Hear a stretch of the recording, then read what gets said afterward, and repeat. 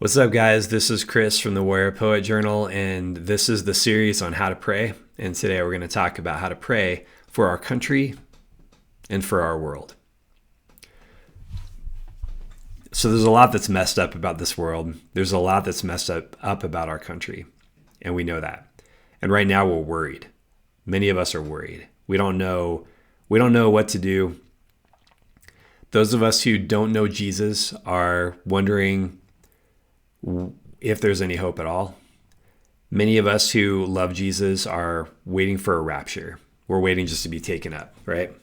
To be exfilled, to be removed, to retreat, just to get off this earth and to get to glory, right?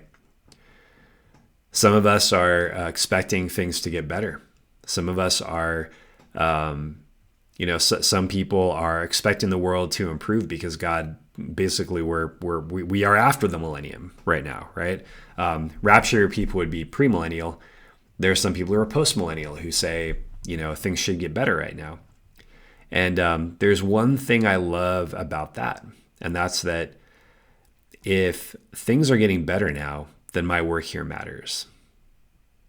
If we're going to get raptured any moment now, then my work doesn't matter as much. And that's the one thing I don't love about that point of view. And to be clear, I don't know eschatology that well. I don't know end times. I'm not a scholar in that area. But one thing I do know is if we're supposed to pray for our country and we want to pray with hope, this is maybe one way to pray. And so I took some notes from this morning, and I want to tell you how I pray. One way to pray, and this is just me unblanking the page for you and giving you maybe a pattern that you might find some inspiration from or could follow, but to simplify this whole thing about how to pray for your country.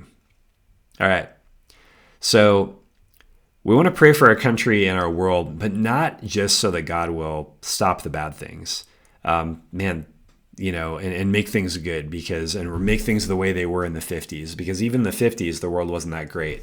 And a lot of the stuff that we see right now started in the 50s. A lot of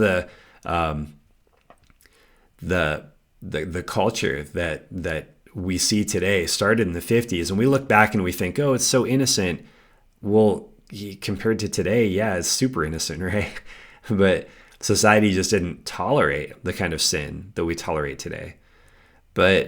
And the kind of disorder too, with government spending and just lying and cheating with money and government and taxation. We just have a very different.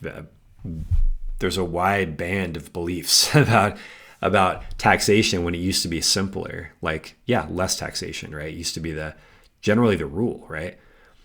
We're mixed up spiritually. We don't know how to handle money or government. We don't know how to handle entertainment. Man, spiritually, we were just messed up. It's never been great. The world's never been great. Ever since the fall, really. But what if we prayed instead of, God, help the world get better so that there's not so much evil in the White House, or so there's not so much, just help the world get better, help it to get better. To me, I'm just like, I don't want to pray that. That's boring. Help the world to get better. What? So we can get to a place of stasis to where we can, all right, the government, yeah, they're taxing us like normal. We're prospering a little bit. And although I think we'd prosper a lot, but that's just me. But but think about it. Do we want to pray that things would be sort of set in order, that it won't be as evil? Or do we want to pray that God will be glorified, that we would see God in his glory on this earth? That we would see government just come into order, but not just like a little bit of order and there's a little more accountability from the media or whatever. No, order, right? Order where God, the foundation of the universe, the moral standard, the excellence of all morality, would be the one who's helping us know how to govern, who would be helping us understand all these things. Now, it's not because we're trying to accomplish a goal. If we're trying to accomplish a goal, that's a boring prayer. but because we want to see God honored on earth. We want to see people worshiping him with joy. We want him reigning over all the earth. Let me look at my notes. We want to see all the saints come out in glory with hands raised, worshiping the God who sets the world in order.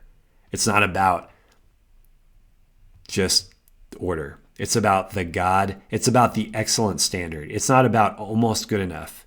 It's not about some leader who, everybody talks about, well, so-and-so is not the, he's a sinner and he's arrogant or whatever, and then other people saying, yeah, but he's better than freaking the the alternatives by a mile, right? It's not just like better than the alternatives. We're talking about, I want to see God reigning. I want to see him in glory.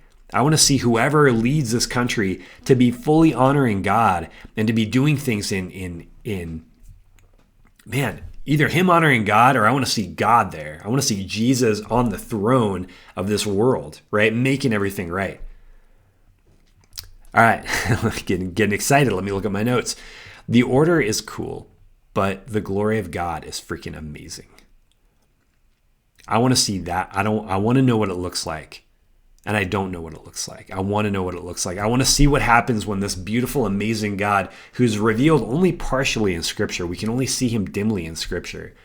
I want to see this God who we can't really completely comprehend. I want to see him reign visibly, and I want to see him there. And for Jesus to get up there and finally set everything right. But not just because he's setting everything right, but because he is glorified. And I want to see that. And so if you want to pray for something cool and not just okay, pray for that. Pray for God reigning. Pray for him being on the throne. Not because he can give us what we want. Not because he can give us order, but because he is glorious. And he is the gold standard for all of government. And when we look at the government where he's reigning, we're not just going to see order. We're going to see beauty that is worthy of worship. The only one worthy of worship. All right, this is Chris, and we've been talking about how to pray. Today we talked about how to pray for the country and the world. And if you want to find out more or join the mailing list, go to www.warriorpoetjournal.com. And I guess you can always go to Facebook and also comment, especially if you need anything, or if you need prayer for something, or you just want to talk about what it means to be a man who is after God's heart. All right, thanks for watching. We will talk to you later.